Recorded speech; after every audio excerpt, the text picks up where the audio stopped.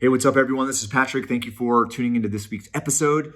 It consists of a daily review of my experience at the Tony Robbins Business Mastery, which is a multi-day seminar which took place in warm, sunny, green, palm tree dotted Palm Beach, Florida.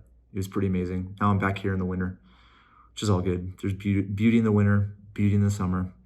But listen, it was an awesome event, and I know you guys are going to get a lot out of each of these episodes. Thank you for the support. Thank you for being here and expanding your knowledge of investment. I know it's going to make a difference. It just takes one or two decisions, one or two new thoughts to completely transform your life. Making wise choices with your investments and your overall wealth strategy, that second business that you should be participating in order to, balance your efforts as an entrepreneur, a small business owner, a professional. It's important to, know how to characterize investments, know how to ask the right questions. So I'm going to get into all of that in these episodes. You guys are going to get a lot out of it. In addition, this is one of my final invites to the Unleash the Power Within, the UPW event that Tony puts on. It's like his introductory event in San Jose, California. That's going to be in March. All the details of that invite are going to be in the show notes on thewealthstandard.com. You can reach out to my man Jeff at the Tony Robbins Institute. I got a crazy discount for you guys. I don't get any benefit from this whatsoever, but there's an incredible discount based on my relationship with the membership that I have with Tony's group. So take advantage of it. It'll change your life. It's just one thought, one decision, one idea that separates you between where you're at now and what you can become. And I know that these are the environments in which that can take place. So definitely look into that. And if you can make it happen, I'd love to see you there. I'm going to come with my 13-year-old daughter, most likely, and allow her, just give her that gift, give her that experience. I think it'll be life-changing for her. Now let's get to the actual content and my daily reviews. Thanks again, guys. Bye.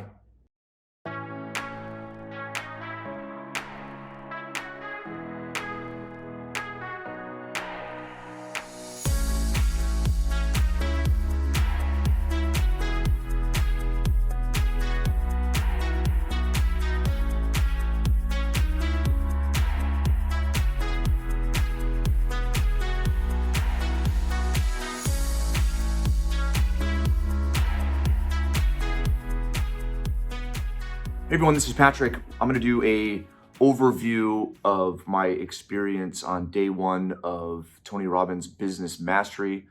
I'm down here in Palm Beach, Florida. It's beautiful, especially given the winter weather in other parts of the country. But we're inside the entire day, and it's probably colder in there than it is in most parts of the United States during the winter.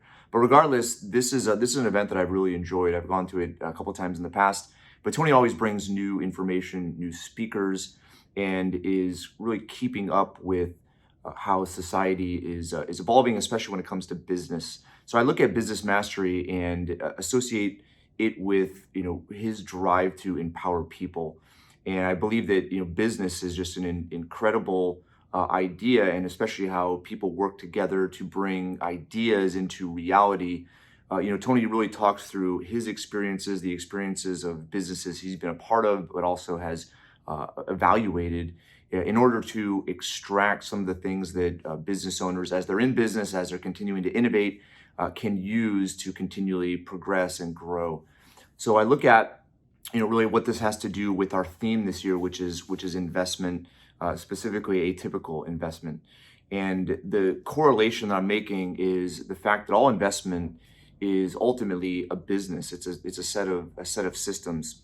And so I'm just going to go through my note and kind of review some of the main points that I took away from day one. And then, like I said in the introduction, I'm going to go, day by day, kind of going through each of the main bullet points and the lessons that I took. So the first is, I believe that successful investment is a result of successful business. And if you really look at the last several years, there's been tons of disruption when it comes to, I would say, businesses that could have been categorized as perennial, those that are lasting, generation after generation after generation.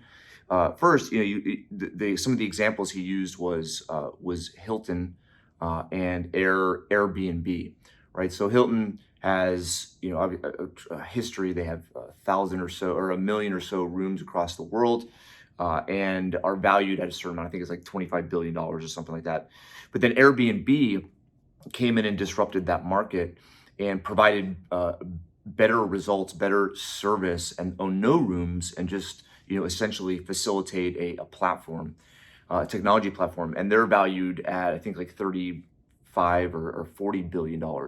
So the idea there is, really when it comes to businesses that have been around for a long time, if they're not continually innovating, continually figuring out what their clients or customers need and giving them what they need, making it more convenient, making it cheaper, then that's when they're ripe for disruption.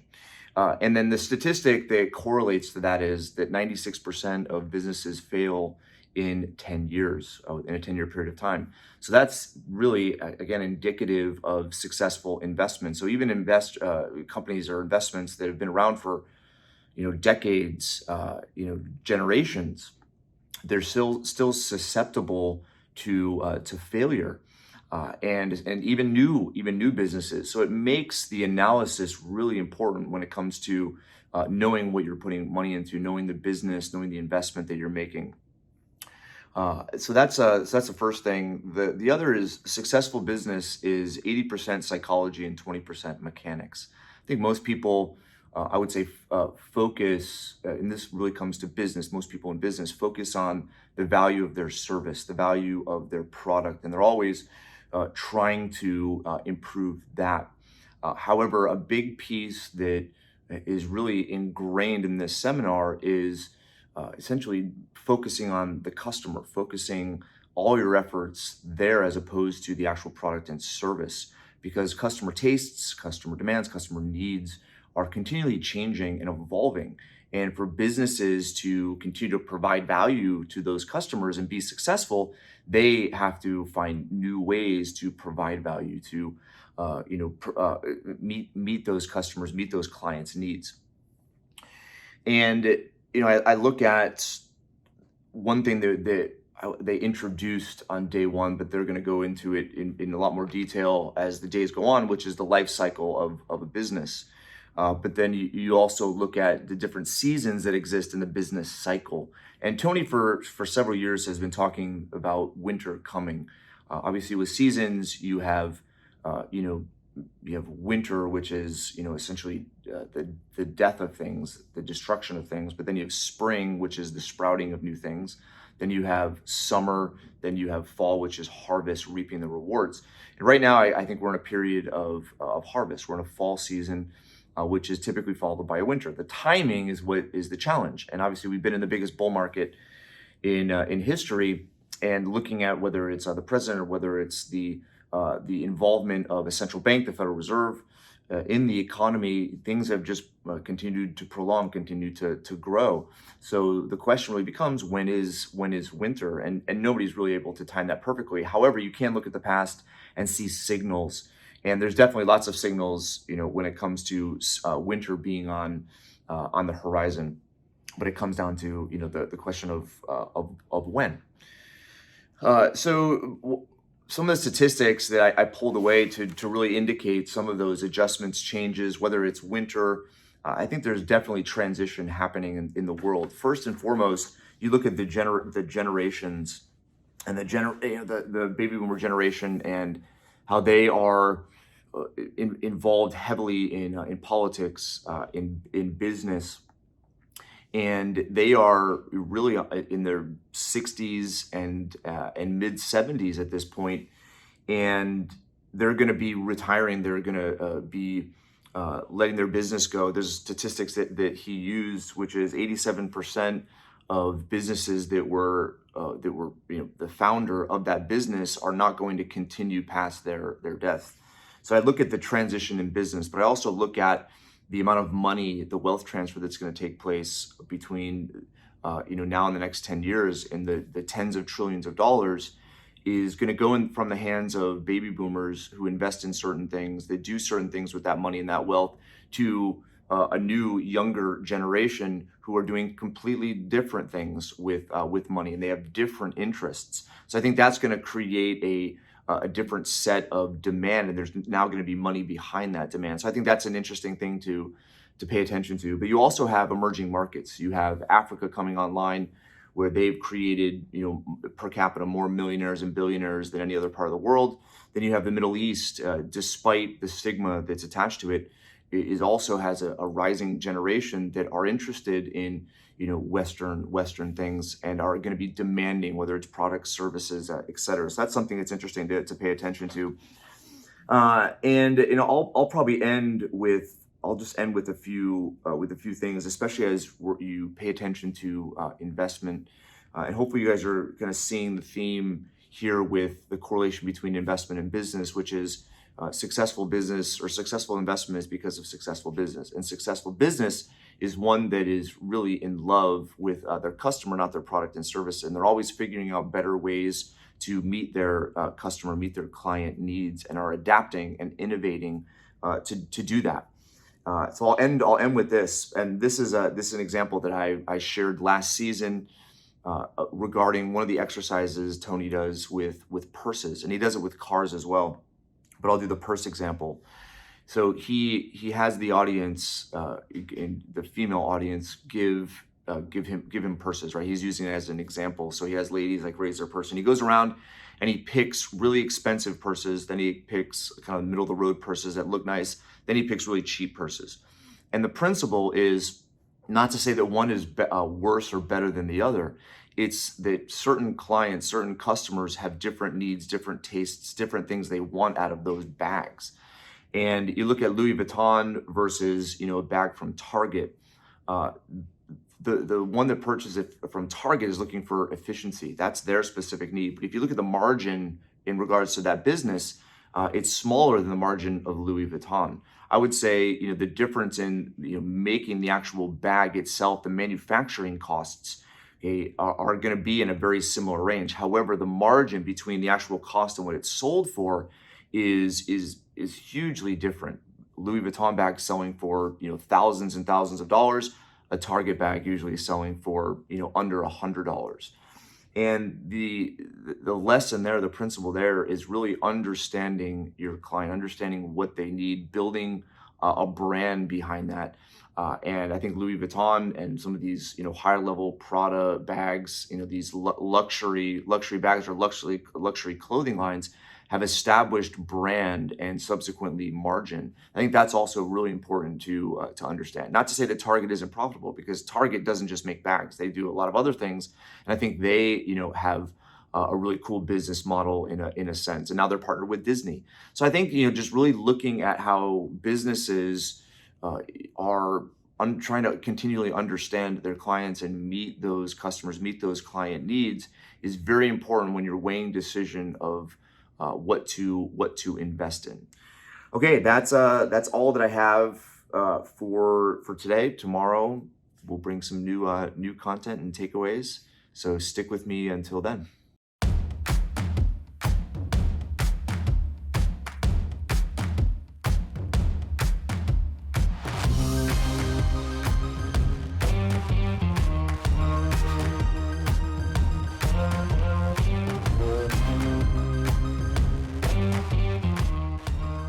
Hey, what's up, everyone? This is Patrick. We are now past day 2 of Business Mastery, one of Tony Robbins' events here in Southern Florida. And day two was pretty awesome. And so as I went back and I looked at the main things I took away, tried to extract again the information that's relevant to investment. And there's a few things. The day was very much about personal development and about business itself, your business. An enterprise. And so as far as investing is concerned, I had to kind of look for some of those nuggets. But the first one is a quote that Tony had, which I really liked. It says, "Wealth is the ability to master the mind." And I looked at this and saw the relevance to not just business, but also investing, where really understanding yourself, understanding your strengths, understanding how you respond to things, and then especially your patterns, the emotional way you react to certain things. I think understanding yourself more allows you to make better decisions. And if you really look at it, ultimately things, as I've talked about in the podcast for years, things don't ultimately create, or even circumstances create, the level of happiness and fulfillment that most people are seeking. think that's a kind of a hallucination, if you will, to think that once this happens, then I'll be happy. Once this happens, then I'll feel successful. Once this happens, then that. And I believe it's the other way around. It's really the state of mind that we're seeking, and that state of mind can be accessed. And so I think really understanding our mind, both I would say conscious and subconscious, is paramount to really becoming what we're after, which is, I would say, a wealthy mindset.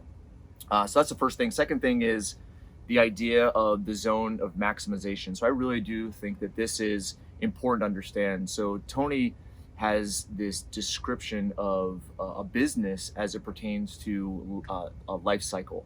So in a life cycle, just of life in general, you have birth, then you have being a toddler, then you have being a teenager, and then young adult, and then the prime of life. So you can imagine the different struggles that human beings go through at those different stages. There are similar struggles when it comes to a business in those stages. And the idea, right, is to get to the zone of maximization. That's where I would say business really starts to thrive.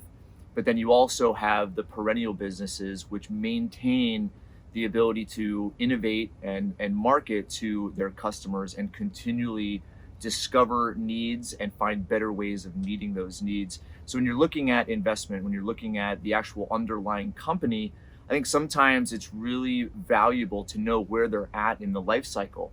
So I'll give you some nuggets as far as the zone of maximization is concerned. So in that zone, you're going to see professional leadership. It's not somebody becoming a leader. It's not someone that's trying to figure out their position. It's someone that's been there and done that. Second is systems. There's the quote that I love, which is systemize the predictable so you can humanize the exceptional. I think that applies to most businesses. And so having systems allows you to systematize the predictable, have things done the same way over and over again so there can be focus of human effort in the most important areas. Third thing is culture. And so it's the culture really representing the brand and bringing that message to the specific customers. When you're in the zone, you also have growing revenue, but also growing profit. Sometimes, in those younger stages, you have lots of growing revenue, but you don't necessarily have profit. And then finally, there's a passion. There's a passion for the customer, or meeting customer needs. And I think that's hugely important to identify, because that really keeps the business thriving, innovating, constantly figuring out ways to discover better ways to meet customer needs. And finally, as I mentioned, innovation in marketing. So these are ingredients, and as you can imagine, if you bake a cake and you forget the flour, or you forget the salt, or you forget the sugar, it doesn't matter what the other ingredients are. It's not going to taste good.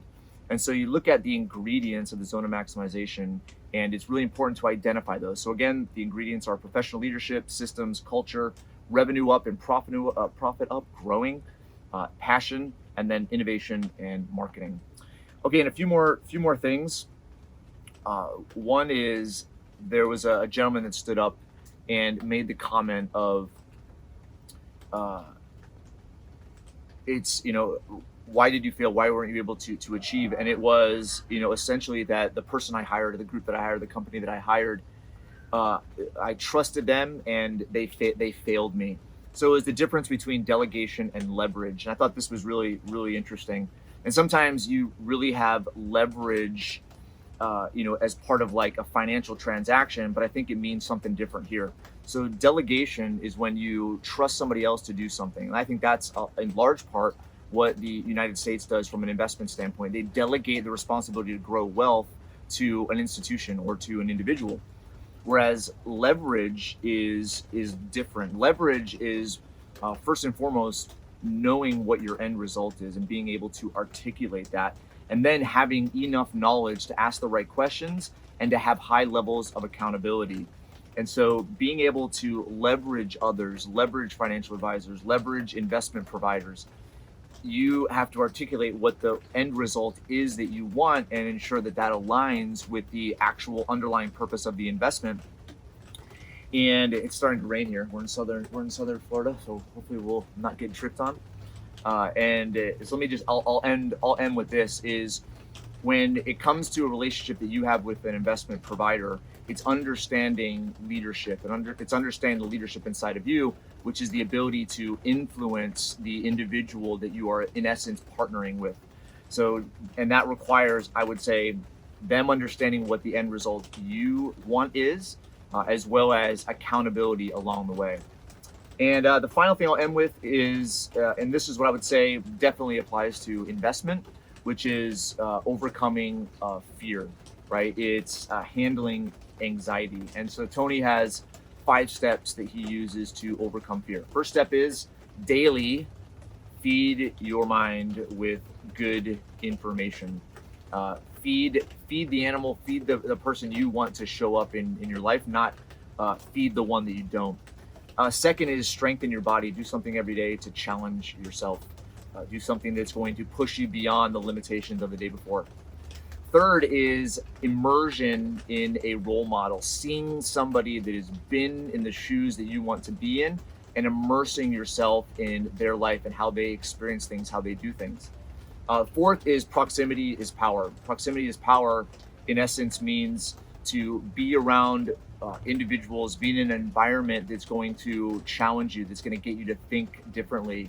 It's to connect with people that are going to help facilitate the results that you want. And finally, it's to give more than you expect to receive. And if you do that, then you'll never lack abundance. And again, fear, I would say fear and faith can't exist in the same mind at the same time. I also believe that when you do give, when you contribute to somebody else, the result of that is worth more than any dollar amount that can give you. And ultimately, Tony's famous saying is, the secret to living is giving. Okay, with that being said, day 2 is over. We're on to day 3. Luckily, we don't have to be outside in the rain. But excited to come back with you in for day 3 recap. I'm sure we're going to get through some pretty awesome stuff today. All right, everyone. Thanks for listening. We'll see you next time. Bye.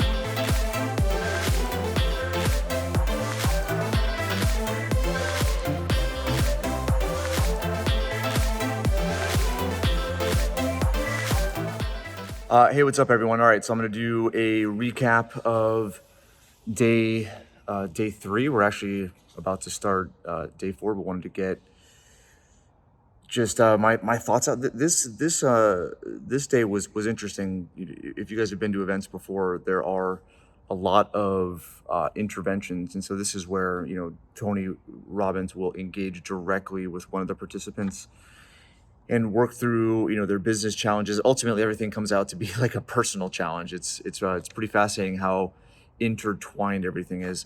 But there's a speaker that has been with Tony for several years, and that's what I wanted to focus on today. He's actually going to do a second session this morning with even more details. And there's a whole other like business mastery convention that happens in Europe every year, a second one, kind of a follow-up to this, where they go even deeper, and it's actually really awesome. But Keith Cunningham is the one that I'm going to cover, and specifically just some of the things he covered yesterday that I felt were important and relevant to investment. So the first thing let me give some background on Keith. Keith is an older gentleman.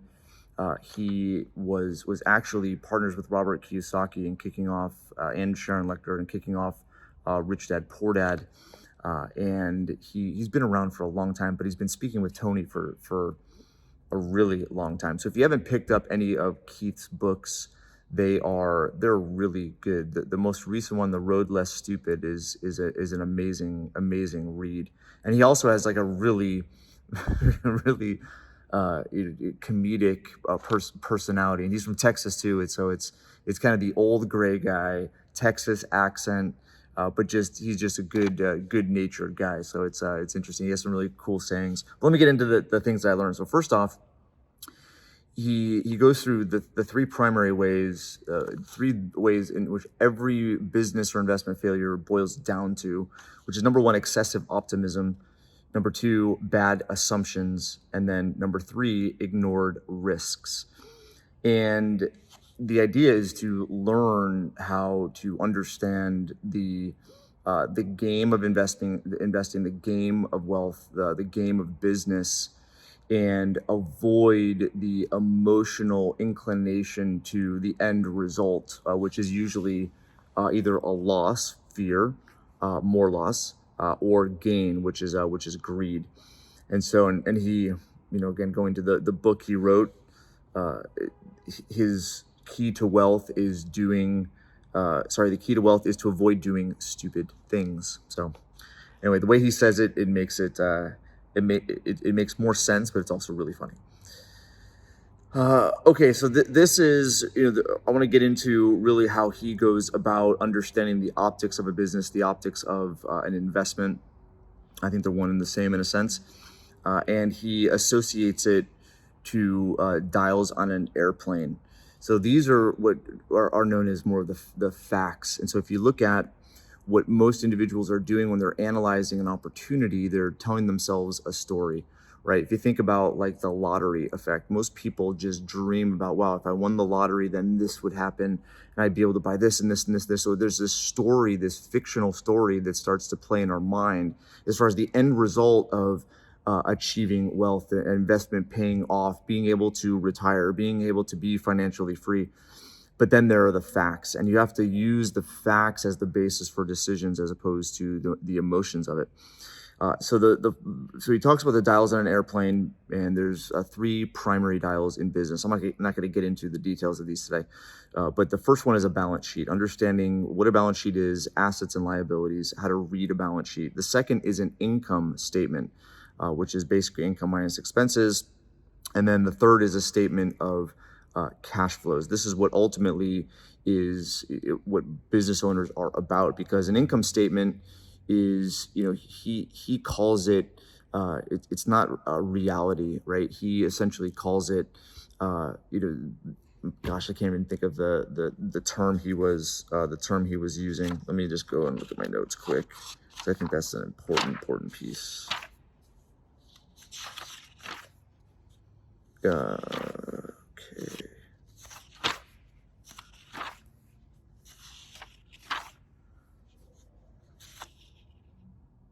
It's a theory. That's it. I think that was an easy word to remember.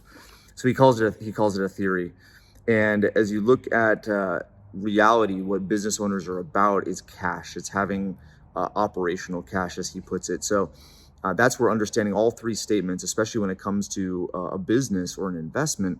Okay, if there's profitability but no cash, then they can't pay out a return. So understanding these 3, these 3 dials is vital.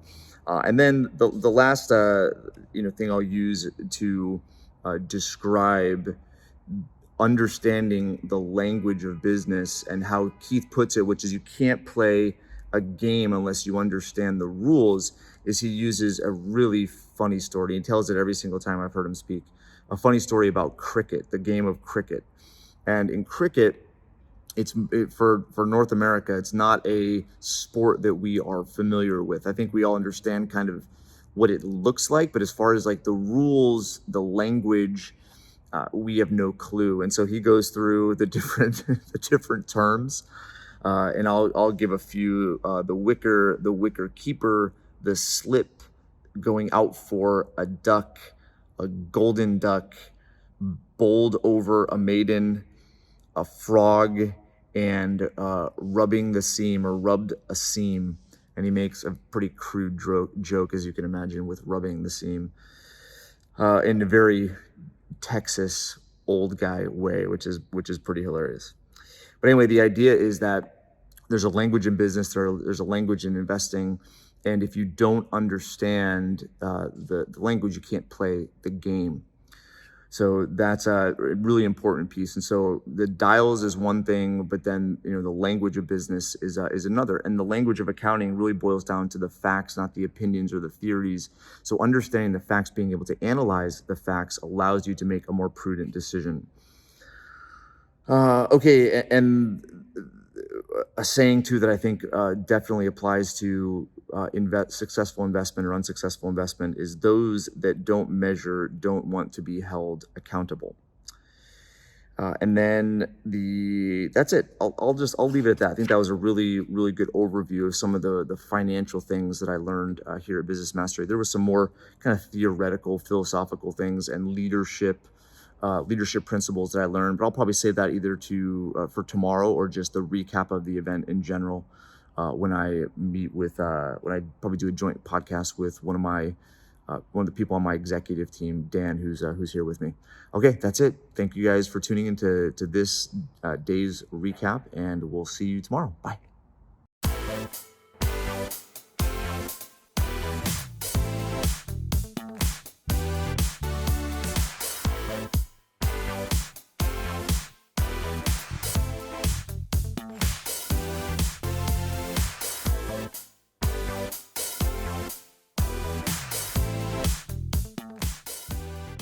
Hey, what's up, everyone? This is Patrick. I'm going to do the wrap-up episode to Business Mastery. First, I want to celebrate the fact that you're here. It says a lot about you and what you want for your life. Someone that takes time to listen and to learn is the person that achieves what they're after. And I know, in a sense, what you're after. I think it's what most people are after. And the experience this week in understanding business principles, and business acumen, it does relate to investment. And I believe that it really relates to what we're all after, which is this idea of living a fulfilling life, a meaningful life. And I know it sounds somewhat superficial and cloudy and meta. At the same time, it just continues to echo through these conferences, through my thoughts, that there aren't these circumstances that align in your life and somehow that creates your happiness and fulfillment. I believe that it's mindset and it's trained and understood before the actual material thing happens. And what's amazing is that material thing happens a lot more quickly once you are able to go through and establish that sequence. First, understanding the mindset, what you're really after, and then experiencing it now, and then ultimately things align so that you are able to experience it in the physical world. And I know it sounds meta, but I'm going to continue to talk about this because I believe that the interviews that we're going to be conducting around investment, around how to be a wise investor without a purpose, a very clearly defined purpose, it's not going to matter how much money you have. It's not going to matter how successful you are in business. If you understand that purpose, that is ultimately what people are after. It's the true sense of meaning. And I believe when you're able to discover what that is, it's not like you arrive at the finish line. There is an ongoing process to cultivate that, improve that, magnify that. And it's a lifelong process. But we'll continue to go there. I'll give you guys a few nuggets from the last couple of days of Business Mastery. I would first say that I was really grateful to take one of my guys with me, Dan. He's been with me since the very beginning. We've gone through some ups and downs, and we came closer as leaders in the company that I primarily work with, own, which is Paradigm Life. But understanding him at a deeper level and vice versa, it really helped to see where we can make the biggest difference together. And so going there and experiencing that with a business partner or an executive or a team member, I think it's just a profound experience to really get outside of your typical culture and really cultivate those relationships that make the biggest difference to you. So it was awesome. I would say that's the first primary takeaway. But on the last couple of days, there's a few interesting things as it relates to investment. The first, Keith Cunningham did his second part of his overall presentation, which was a few hours. And I look at really what he's teaching and how that applies to what you are after. And I know you're probably telling yourself, like, I don't need to understand accounting. I don't need to understand, what I discussed the other day, the optics, which is, a balance sheet and an income statement and a statement of cash flows. I don't need to understand that in order to make a successful investment. And I get that. And I understand where you're coming from because I've been there. At the same time, I would say that the investors and people we work with that value our services and value this insight the most are the ones that have lost. And it really comes down to not necessarily the investment being just something risky you put your money into and it just didn't work out, right? It could have been like the best value proposition, ideal environment, ideal leadership team. But there are so many different factors within the economy and culture and society and legal that can throw it off kilter. And so really understanding not just a snapshot in time of what the optics are of a business or essentially an investment, then you're essentially placing more risk on your shoulders. So again, those three things that he talks about, those three pieces of paper, to master those, he really hit it home by describing the Enron demise. So first off, again, the balance sheet, the income statement, and the statement of cash flows, understanding those pieces of paper and how they relate to the health of a business. He talked about Enron, and for those of you who have been around a while as far as investment is concerned, Enron in 1 year went from top of the world to bankrupt, and there was a tremendous amount of fraud behind the scenes. And there's a documentary, I believe it's on Netflix, which is, I can't remember the name of it. I think it might be The Smartest Guys in the Room. But anyway, what it did is it showed how the analysts, the Wall Street analysts that were looking at this company and its health and what their recommendation would be, what their feedback would be, it started off when they're at their height, strong buy, definitely hold. This is a company that's going somewhere, blah, blah, blah. Then the price started to go down. And the analysts were saying the same thing. Then it was cut in half. Analysts were saying the same thing. Strong buy, definitely this is the best time to buy, best time to hold. Don't give up. It's one of those, they were looking at one piece of paper. They were looking at the income statement, which showed the profitability of the company from an accounting standpoint.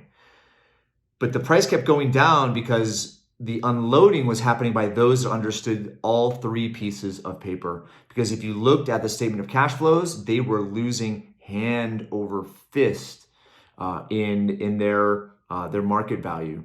And then ultimately, when it was going from I think $80 or $90 a share at the top to like even $2 and $1, people were still saying, analysts were still saying strong buy, strong buy. So anyway, sometimes when you rely on supposed experts and don't understand yourself what you're looking at, it creates a tremendous amount of risk.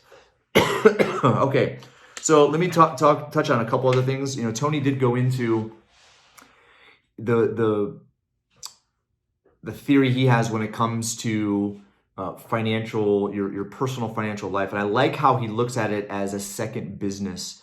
And the majority of people there is business mastery. So they're there because they owned a business. And as you establish your business, what happens often is there's so much opportunity in business that people will invest their assets, invest their earnings, invest their profits into the business because it's giving the highest rate of return. At the same time, these other factors that are outside of the periphery of the business owner, whether it's the economy, society, maybe the target demographic is no longer relevant. There's all sorts of factors that could put that business in jeopardy. Competition that comes up. And so that's where Tony advocates having a second business. And he calls his investment strategy and his personal wealth strategy his second business. And he makes it really easy. He talks about asset allocation. It's very similar to what I talked about in Heads I Win, Tails You Lose, which is the hierarchy of wealth. But one thing that he talks about is buckets. And there's a bucket that he mentions that I don't talk about often enough. And so he has kind of your foundational tier, your growth bucket, and Tony advocates the use of specifically designed insurance, which was cool to hear. And I know he said that before, but these are like your secure safety assets. So I'm sorry, I said growth before, but it was more your safe assets, your foundational bucket. And he recommends filling that up before you get into like alternative type of investments, which I don't necessarily agree wholeheartedly with, but we won't use this episode to debate that. I'll probably do that when I go to the finance seminar in a couple of weeks. But he goes into the growth side of things, and the growth is where you have your assets that are diversified, and he believes in getting as many non-correlated assets as possible. Just kind of looking at kind of where economies go and how assets that are within kind of a correlated standpoint, the market can fluctuate in a very similar way. So it doesn't really matter how diversified you are. So he goes through a lot of that. But I'm going to focus on the dream bucket. The dream bucket is something that I gloss over sometimes. And the dream bucket is more of setting money aside to do those things that give your life that meaning, the experiences that you can have. I've talked about in past episodes about how simply going on a vacation, doing something with your spouse, or your significant other, your family, essentially unplugging yourself from your normal routine, so healthy for that relationship. But yet most people will, save money as opposed to, to invest in those type of experiences. And I think that's really destructive because it takes away from the meaning of the investment in the first place. That's why it's important to identify your purpose, to identify the end result that you're looking for before you actually start investing. Is knowing, starting from the beginning with the end in mind. So goes the famous saying by Stephen Covey. So that's the idea behind what he was talking about when it comes to the dream bucket, which is allocating money so that you can drive a nice car, live in a nice home, go on a nice vacation, and the list goes on. Now, obviously, it's a much smaller percentage than the money that you allocate toward your security bucket, your growth bucket. But I love how he looks at that. He makes it very, very simple. And the bucket approach is something that I talked about in the Heads I Win, Tails You Lose. And it's very similar to what Tony talks about. Okay, so that was another takeaway. Let me see what else I have. I think that is that's gonna be it. So I'll wrap up by saying this. There was actually a really cool end speaker that really impacted me, and he was from the East Coast. His name is Jesse Itzler, and his wife is Sarah Blakely, the founder of Spanx. It's $1 billion company that she owns 100% and built it from scratch. It's an amazing story.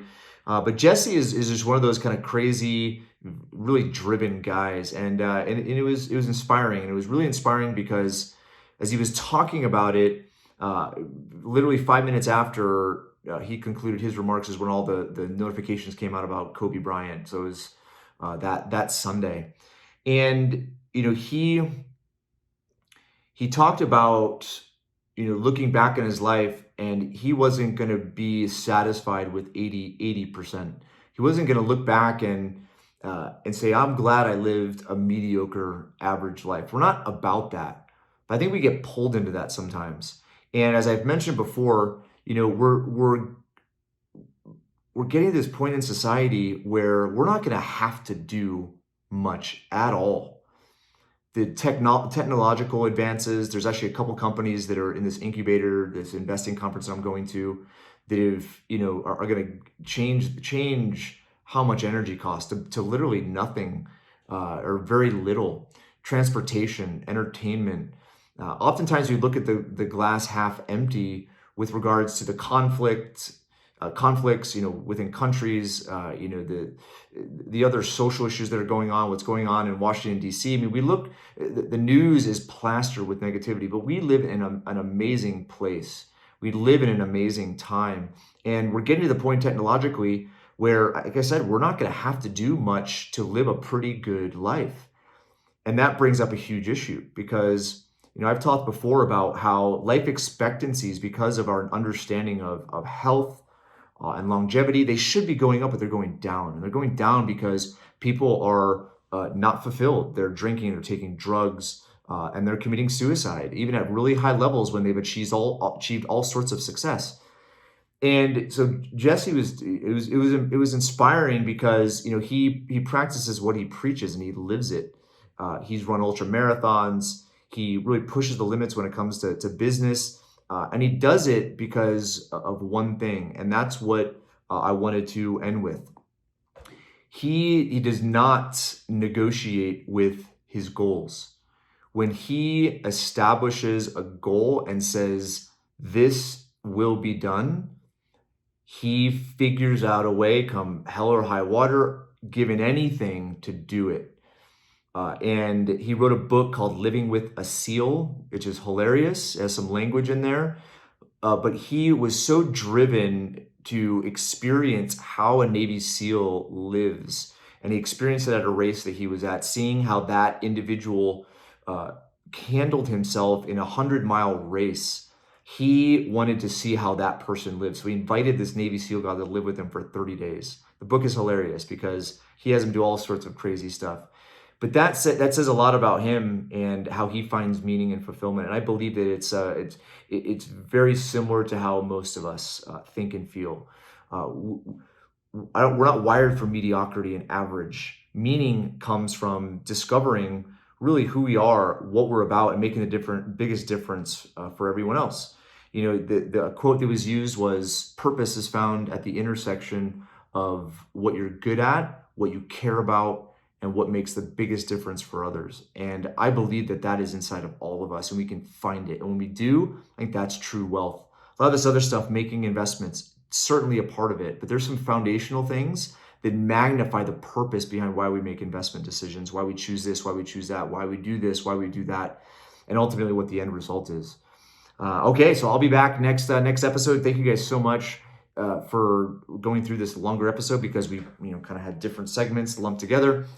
But the invitation is still open to the Unleash the Power Within, the UPW event that Tony puts on. It's going to be in San Jose. Go check out thewealthstandard.com. It has all the information to sign up. We got some awesome discounted prices. I don't benefit at all from getting these discounts. It's just based on my relationship with one of his organizations. So I hope you guys can join me there. It's going to be awesome. I think I'm either going to bring my daughter or my wife. We're still debating that, but it's going to be an incredible experience. I can't wait to meet some of those who have already signed up. But thank you guys so much for your support. Thank you for the feedback on this season so far. It's been really fun, and there's still a lot more to come. We got we got an investment conference. We have a finance conference where there's going to be like 5 billionaires speaking. So a lot of good stuff. A lot of good stuff to come. So stick with me till then. All right, guys. Thank you so much. Really appreciate it. Have an amazing day. Bye.